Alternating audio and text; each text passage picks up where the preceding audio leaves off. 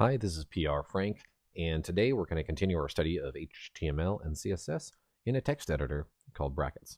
And today we're going to look at the box model. Probably the easiest way to look at the box model is to take a look at W3 Schools with box model.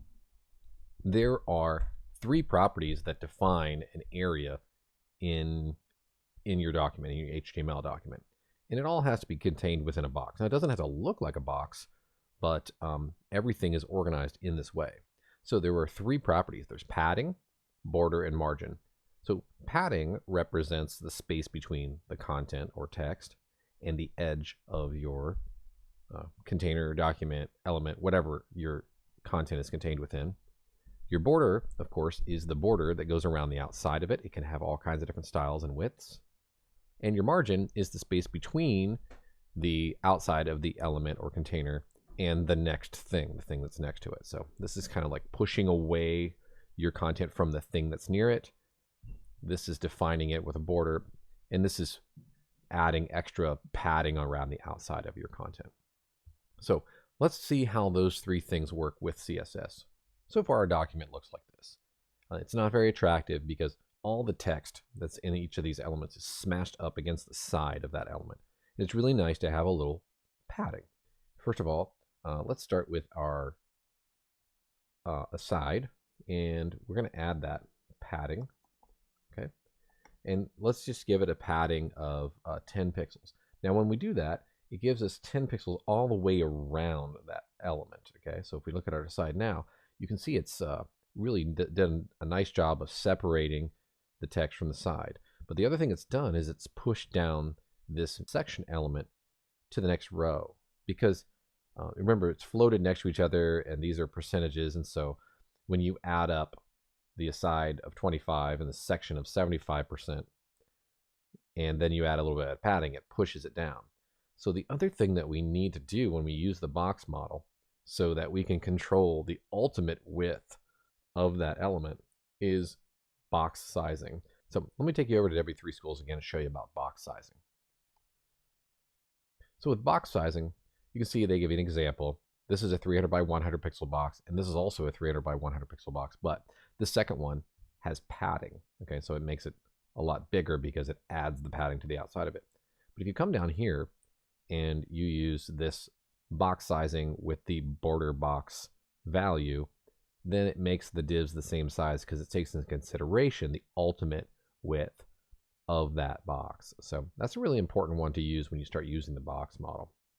So let's add that into our CSS. So in our CSS, with the aside, we're going to do box sizing, border box. And now when we go look at it, our page is restored. Not only have we been able to put a little padding around the outside of our text, but it's kept our section element from jumping down to underneath the aside because we want to keep it there. So that's really handy. Let's try a couple of other things to show you how it works. What we want to do here with our aside is we also let's just add a border to make it look interesting. So we did a border in another tutorial. We basically decided the color. Let's go ahead with black, and let's do 2 pixels so we can see it. And let's make it solid to start out with. So we save that and we go look. You see we have a nice border around there that really sets it off.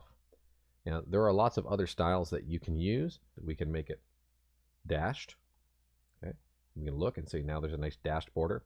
If you want all of the different properties that you could do, or all the different values you could do a border, you can go see W3 Schools.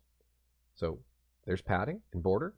For margin on this one, we don't really want to push it away from here or the side or the bottom, but we probably do want to push away this section from the aside. Just to give it a little space between these two elements might be nice. So let's use, instead of just the property margin, which is going to push it away from everything, let's just use margin right. So it's only going to push from the right side of that element outward. So let's do a margin right of 5 pixels just to give a little separation, and you see that's what it did. However, it did push this down to the next line. So let's go in the section And let's make sure that box sizing and border box is also turned on for that. And let's reduce the width of that a little bit to like 74. There, it sticks up. That's great. So now if you can look closely, you can see there's some separation between those two. All right, so let's add some of those other things. Let's add some padding to this section as well, so that text is separated from the side a little bit. And now our page is starting to look a little bit better. We're using those three elements, margin, border, and padding, to design the look and feel of our page.